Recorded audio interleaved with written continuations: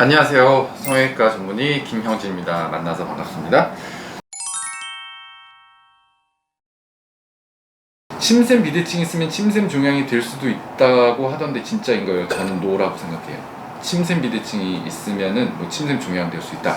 뭐 그렇게 생각을 아예 관련이 없다라고는 말할 수는 없겠지만은 제가 문헌을 찾아보니까 침샘 비대증 자체가 침샘 종양으로 바뀐다라는 어떤 그 연구 결과는 없는 것 같아요. 근데 이제 한 번은 이런 거는 의심해 보실 필요는 있어요. 병원에 오시는 분들 중에요, 한쪽 귀밑샘이 비대돼서 오시는 경우가 있거든요. 한쪽만 비대돼서 오세요.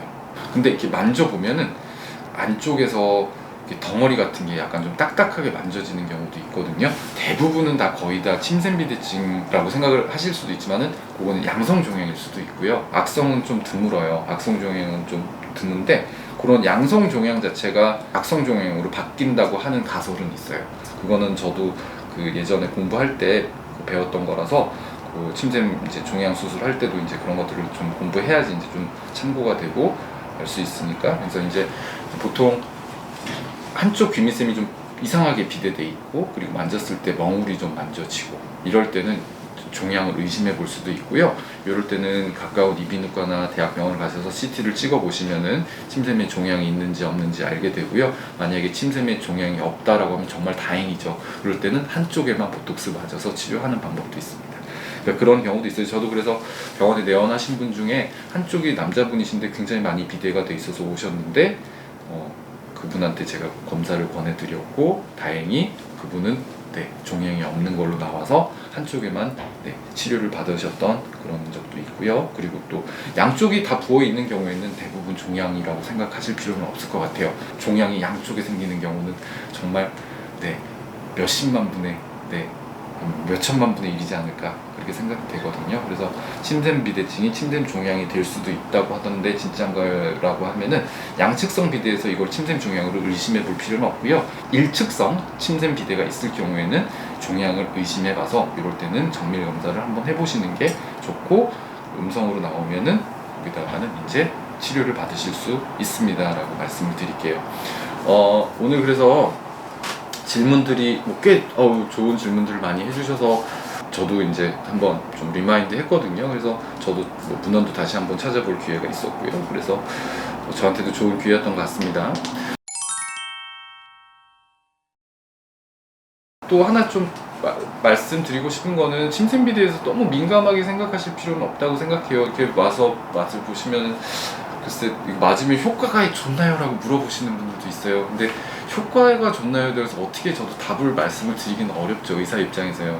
근데 침샘이 줄어드는 효과는 보실 수 있습니다 라고 말씀은 조심스럽게 드릴 수 있을 것 같고요. 그러면 이제 아무래도 효과라고 얘기하는 경우는 여러 가지 뜻을 함유하고 있는 것 같아요. 질문자 보통 병원에 오시는 분들이 제가 이거 맞아서 턱선이 드러날까요? 제가 이거 맞아서 얼굴이 좀 갸름해 보일까요?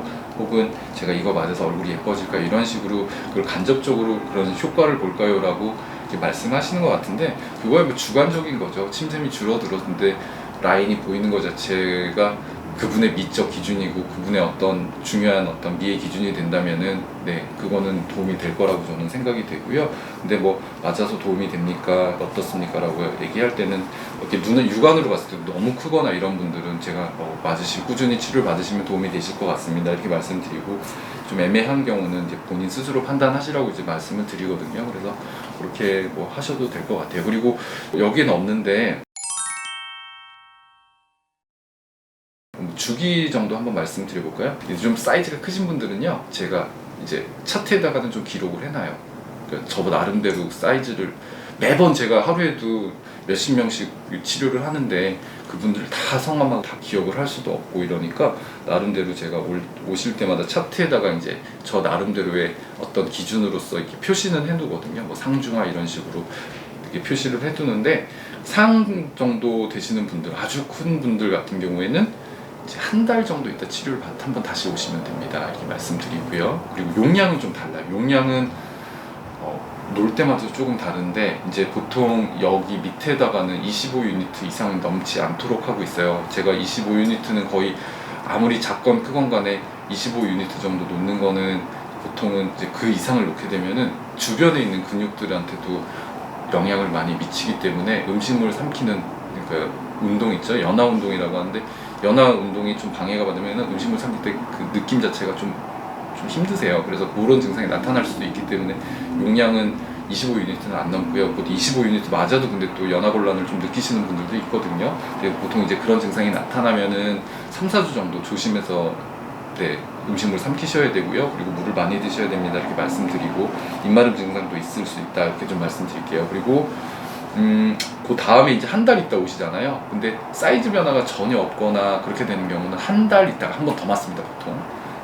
그렇게 해서 근데 보통 이제 그 정도 하면은 줄어들어요. 이제 아니면은 근데 그 사이에 계속 토를 하시거나 뭐 하신 분들은 이제 저한테 고백을 하시거든요. 그 한 달 동안에도 계속 좀 줄어든 것 같다가 제가 또 토를 해서 갑자기 또 부었어요. 이렇게 말씀하시는 분들도 있고요. 그리고 또 치료를 이제 자주 오시는 분들, 그러니까 꾸준히 오시는 분들은 이제 보통 사이즈가 큰 경우에는 한 달 있다 한 번 더 맞으시고 제가 그 기준을 봤을 때 괜찮으면 2달인지 석 달인지 제가 정해드려요. 언제 오시라고요. 그러면 석 달 정도 있다 오시게 되면은 이제 사이즈가 계속 유지가 잘 된다. 그러시면 제가 6개월 있다 한 번 다시 와보시라고 말씀드리거든요. 그래서 6개월 있다가도 한 번 더 낫고 그 정도 됐으면은 그 다음에 사이즈가 잘 유지되면은 그 다음엔 알아서 오십시오라고 말씀을 드려요. 이제 스스로 판단할 수 있는 기준이 잡힌 시기가 됐거든요. 그러니까 시술 받으시는 분들도 환자분들도 내가 이제 많이 줄었구나 혹은 내가 다시 커졌네 이런 거 알게 되세요. 그리고 또 뭘 주의해야 될지도 알고 계시거든요. 내가 다시 커졌으니까 이제 좀 토를 하지 말던지 좀 다이어트를 다시 해보던지 이런 식으로 이제 주사 치료 없이 가보는 경우도 있고 이렇게 되니까 다음부터 제가 그냥 알아서 오십시오 이렇게 말씀을 드려요. 그러니까 뭐 그거 아까 하나 좀 추가로 말씀드린 거는 그거였습니다. 오늘 이렇게 뭐 질문 아주 좋았고요. 제가 뭐 오늘 뭐 한 번에 많은 답변을 해드렸는데 뭐 겹치는 내용도 좀 많아서 여러분 머리에서 이게 정리가 잘 됐으면 하는 바람이 있네요. 말을 많이 하다 보면은 저도 무슨 얘기했는지 가끔씩 혼란스러울 때가 있거든요.